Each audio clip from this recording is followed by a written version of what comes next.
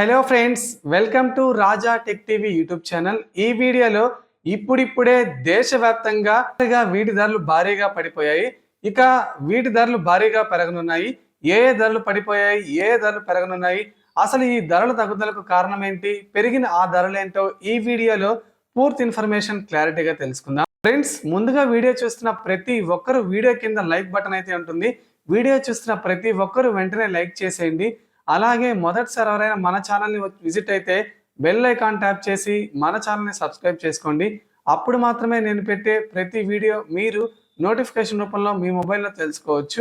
ఇక లేట్ చేయకుండా టాపిక్ని స్టార్ట్. ఒక్కసారిగా భారీగా పడిపోయిన ఉల్లిపాయ ధరలు, అలాగే ఇక సాల్ట్, అలాగే రైస్ ధరలు భారీగా పెరగనున్నాయి. చెయ్యని మేలు తల్లి కూడా చెయ్యదు అంటారు.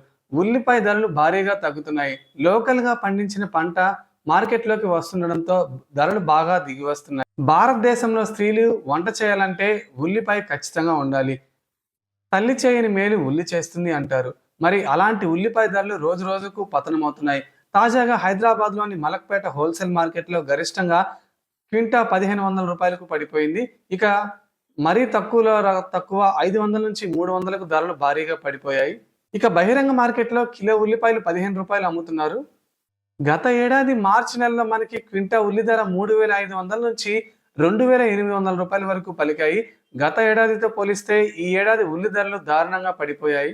డిమాండ్ కంటే సప్లై భారీగా ఎక్కువగా ఉందని, దీంతో ధరలు ఒక్కసారిగా పడిపోయిందని వ్యాపారులు తెలుపుతున్నారు. ఇక మనకి హోల్సేల్ మార్కెట్లో కిలో ఉల్లిపాయలు 40 రూపాయలుగా అమ్ముతున్నారు. తాజాగా ఏసంగిలో కొత్తగా వేసిన పంట మార్కెట్లోకి వస్తుండడంతో ఉల్లి ధరలు భారీగా తగ్గుతున్నాయి.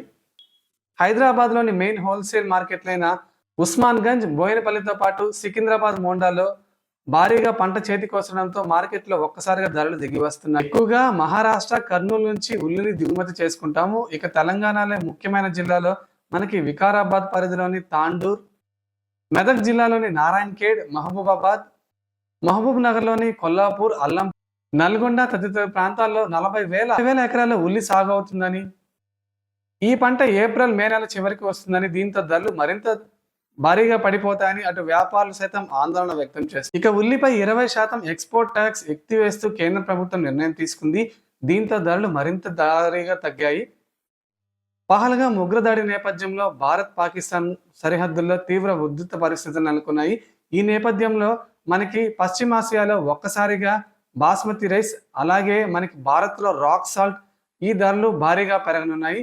ఇప్పటికే బాస్మతి రైస్ ధరలు 10 నుంచి 15% మేర పెరిగాయి. ఇక బాస్మతి బియ్యం ఉత్పత్తుల్లో భారత్తో పాటు పాక్ కూడా భారీగా ప్రపంచవ్యాప్తంగా భారతదేశంలో ప్రతిరోజు అత్యంత భారీగా వినియోగించే ఫోర్టిఫైడ్ బాస్మతి రైస్ పారా బాయిల్డ్ బాస్మతి బియ్యం 1509 రకం ధర హోల్సేల్లో 53 నుంచి 59 రూపాయలకు పెరిగి, బిర్యానీకి వినియోగించే బాస్మతి బియ్యం 62 రూపాయలు, 63 రూపాయల నుంచి ఏకంగా 69 రూపాయలకు పెరిగింది.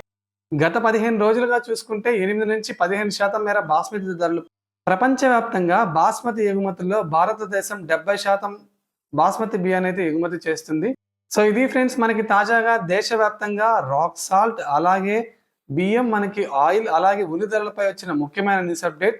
మీరు మీ ఇంట్లో రాక్ సాల్ట్ వాడతారా లేదా బాస్మతి బియ్యం వాడతారా? కింద కామెంట్ చేయండి. అలాగే వీడియోని లైక్ చేసి మన ఛానల్